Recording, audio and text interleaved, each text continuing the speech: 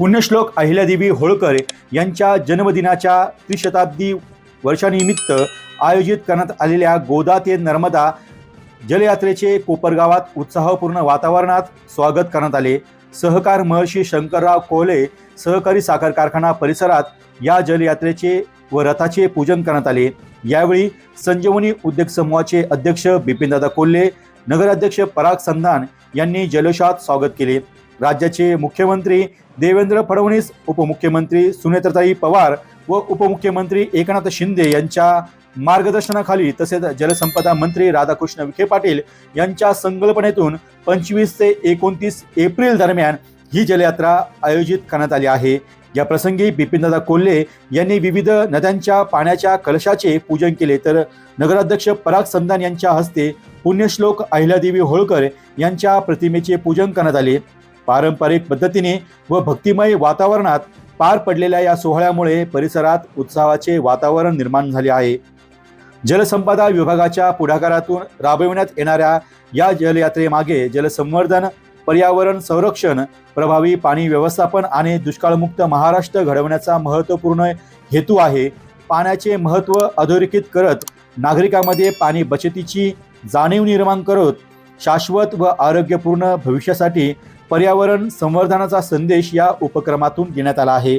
यावेळी जलसंपदा मंत्री राधाकृष्ण विखे पाटील, आमदार गोपीचंद पडळकर, आमदार सदाभाऊ खोत, राज्यसभा खासदार रामराव वडकुते यांच्यासह भाजपा आजी माजी नगरसेवक, ग्रामपंचायत सदस्य, भाजपा पदाधिकारी, कार्यकर्ते, शेतकरी तसेच नागरिक मोठ्या संख्येने यावेळी उपस्थित होते। मला वाटतं की हे शासनाने आणि माननीय आमदार राधाकृष्ण विखे पाटलांनी जशी त्या ठिकाणी नर्मदा परिक्रमा आपण त्या ठिकाणी करतो की जी जवळजवळ 100 दिवस चालते, 100 ते 110 दिवसाची पायी पदयात्रा त्या ठिकाणी असते, ज्याचं पुण्य त्या ठिकाणी आपल्याला मिळत असतं। मला वाटतं की ज्या पद्धतीने अहिल्याबाईंनी संपूर्ण भारतामध्ये काशीपासून तर सगळ्या ग्रामीण भागामध्ये ज्याला आपण पानपोई म्हणतो, त्या पानपोईची सुद्धा सोय त्या ठिकाणी अहिल्याबाईंनी त्या ठिकाणी ग्रामीण भागामध्ये जी संकल्पना केली, नंतरच्या कालखंडामध्ये त्या ठिकाणी पानपोई गेल्या वेगळ्या मग वॉटर स्कीम्स आल्या, पण खऱ्या अर्थाने या भारतामध्ये वॉटर स्कीमचे जर कधी कुणी इम्प्लिमेंटेशन केलं असेल तर त्या अहिल्याबाईंनी त्या ठिकाणी अहिल्याबाईंनी त्या ठिकाणी केलं। म्हणून खरं या पाणी व्यवस्थापनाचं खरं तर कधी जनक जर कधी कोणाला म्हणता येईल तर अहिल्यादेवींना म्हणता येईल की पाणी आडवा पाणी जिरवायचं संकल्पना लोकांपर्यंत, लोकांच्या दारापर्यंत, कारण की आपण म्हणतो की आडातच नाही तर पोहऱ्यात पडून त्या ठिकाणी येणार, त्या ठिकाणी तर आडामध्ये सुद्धा आणि सामान्य माणसाच्या पोहऱ्यामध्ये सुद्धा पाणी नेण्याचं काम अहिल्याबाईंनी त्या ठिकाणी केलेलं आणि समाजातील सर्व थरातील माणसांना, मंडळींना पाणी पोहोचण्याचं तिथं जाती भेद काही नाही। त्या ठिकाणी त्या पाणवठ्यावरती 18 पगड जातीच्या मंडळींना ते पाणी पुरवठा करण्याच्यासाठी अहिल्याबाईंनी सगळे त्या ठिकाणी या पाणपोई घेतल्या, त्याचबरोबर आड बांधले आणि घाट सुद्धा बांधलेले। आज आपण पाहतो की त्या घाटावरती म्हणजे पिण्या सुरुवातीपासून माणूस जन्माला आल्यापासून पिण्याच्या पाण्याची सोय, तर माणूस जाताना ज्या घाटावरती जात असतो त्या घाटावरची सुद्धा सोय अहिल्याबाईंनी त्या ठिकाणी केल्या। अशा थोर अहिल्याबाईंच्या नावाने ही जल यात्रा दिंडी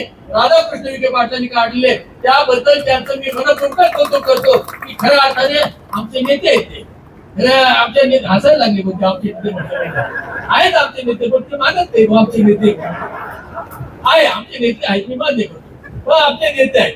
पण ह्या सगळ्या गोष्टीला आपण पाहतो की एक चांगला त्या ठिकाणी त्यांनी संकल्प घेतला आणि हा खरं गोदावरीची परिक्रमा, त्याचबरोबर नर्मदेच्या परिक्रमेचे सुद्धा लाभ आपल्याला सगळ्यांना, ज्या ठिकाणी आज आपण रथाची पूजा केली म्हणजे आपला संदेश त्या ठिकाणी पार नर्मदेपर्यंत, गोदावरी पासून तर नर्मदेपर्यंत आपला संदेश घेऊन जात आहे। त्या ठिकाणी आपले दूध म्हणून ही सगळी मंडळी यांची स्टेजवरती बसलेली ते जात आहे, त्यांचे मी मनपूर्वक या ठिकाणी आभार मानतो। एक मोठी संकल्पना घेऊन आपण या ठिकाणी आलात आणि त्या संकल्पना पूर्ण करण्यासाठी शासनाने सुद्धा आपल्याला माननीय देवेंद्रजी फडणवीस साहेब यांनी त्या ठिकाणी आपल्याला जे सहकार्य केलं त्यांचा सुद्धा मी मनपूर्वक आभार मानतो। त्याचप्रमाणे दोन्ही उपमुख्यमंत्री साहेब यांचे सुद्धा मी मनपूर्वक आभार मानतो की त्यांनी सगळ्यांनी सहकार्य या ठिकाणी आपल्याला लाभलेलं आहे। दुसरे जे पाटबंधारे मंत्री गिरीजी महाजन साहेब यांचं सुद्धा सहकार्य आपल्याला या ठिकाणी आहे। त्यांचे सुद्धा मी मनपूर्वक आभार मानतो. आणि वेळात वेळ काढून आपण सर्वजण या ठिकाणी आमच्या या संजीवन उद्योग समाज या ठिकाणी कलश घेऊन आलात त्याबद्दल, कारण की मी आपला जास्त वेळ घेणार नाही. मोठी यात्रा आहे, आपल्याला खरंच त्या ठिकाणी जायचंय. आणि आपल्याला माहितीये बऱ्याच वेळेस पुढे गेल्यानंतर बऱ्याच जणांना अनेक जणांना त्या ठिकाणी गाडीत बसलेले बसमध्ये बसलेले त्यांना भूक लागलेली असं. संस्कृत मधून म्हण आहे भुकीस्तम किम करू की पापम, म्हणजे भुकेलेला माणूस कोणताही त्या ठिकाणी पाप करतो. पण हे ठिकाणी भूक लागलेली आहे, भूक लागलेली आहे. अहिल्याबाईचा हा कलश घेऊन आम्ही नर्मदेच्या तटावरती कधी जातो याची भूक या सगळ्यांना म्हणून ह्या सगळ्यांना जी भूक लागलेली की नर्मदेच्या आपण तटावरती जाऊन हा कलश कधी घेऊन जातो, अहिल्यादेवीचं त्या ठिकाणी नतमस्तक त्या ठिकाणी काय होतो ही संधी आपण सगळ्यांनी त्या ठिकाणी दिली आहे. त्यामुळे अहिल्याबाईच्या चरणी नतमस्तक होऊन आपल्या ह्या कार्या शुभेच्छा देऊन माझ्या शब्दांना मी या ठिकाणी विराम देतो. एक टीएमसी पाणी निर्माण करायला 1000 कोटी रुपये खाते. नुसते धरणं बांधून कामं थांबणार, धरणं बांधून चालणार नाही. ती धरणं बांधलेली आहे त्याची क्षमता जरी वाढवली आपण ते गंगापूरमध्ये काम सुरू करतो. सगळ्या धरणांच्या मध्ये त्या ठिकाणी पार्श्वभूमी कमी व्हावं म्हणून फ्लोटिंग सोलरचं नवीन धोरण आपण आणलं. अशा अनेक योजना आहेत की ज्यामुळे पाण्याचं संवर्धन करताना दुष्काळमुक्त महाराष्ट्राचा संकल्प त्यांनी जो केलेला आहे तो आपल्याला पूर्ण करणं. म्हणून आमचं की या सगळ्या योजनेच्या मध्ये पाठीमागची जी आमची स्फूर्ती आहे, आम्हाला त्यांच्याकडून प्रेरणा मिळाली त्या पुण्यश्लोक अहिल्यादेवींच्या निमित्तानं ही जनयात्रा निघावी आणि संपूर्ण राज्यभरामध्ये मग जागृती त्या निमित्तानं आपण करावी आमच्या सर्वांच्या निमित्तानं आमचा प्रयत्न.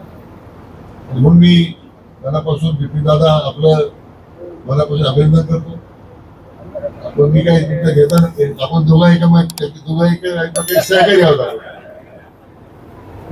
मी बरोबर राजकारणातली की आता काही बंद्यामध्ये काही कार्यकर्ते निवड करतात, परंतु एकत्र आहोत. आमचे परत संधान साहेब नगराध्यक्ष त्यांचे नामोल्लेख राहून गेला. आमचे व्हाईस चेअरमन ज्ञानेश्वर परजणी पिता विचारलं कोण व्हाईस चेअरमन आहे ते म्हणजे आपलेच परजणी ते सगळे परजणी आपले समजामध्ये झाले म्हणजे अडचण